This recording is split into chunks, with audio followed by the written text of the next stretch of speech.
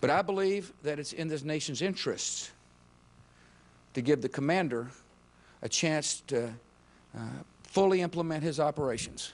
And I believe Congress ought to wait for General Petraeus to come back and give us assessment of the strategy that he's putting in place before they make any decisions. That's what the American people expect.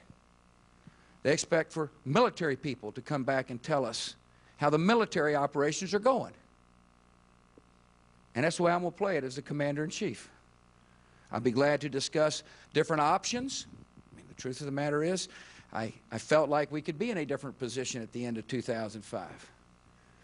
I believe we can be in a different position in a while.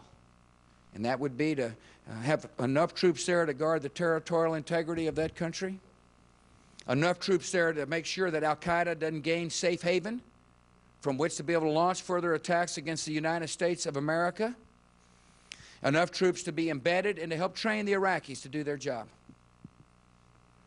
But we couldn't get there without additional troops. And now I call upon the United States Congress to give General David Petraeus a chance to come back and tell us whether his strategy is working.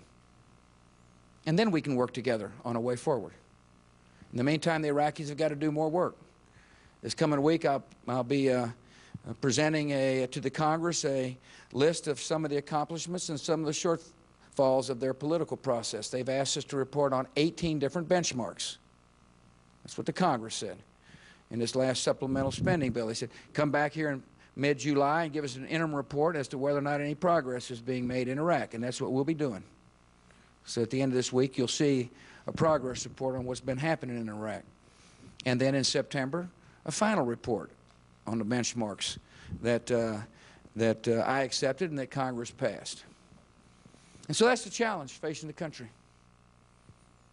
And it's a necessary, in my judgment, it's necessary work. I wouldn't ask a mother or a dad, I wouldn't put their son in harm's way if I didn't believe this was necessary for the security of the United States and peace of the world.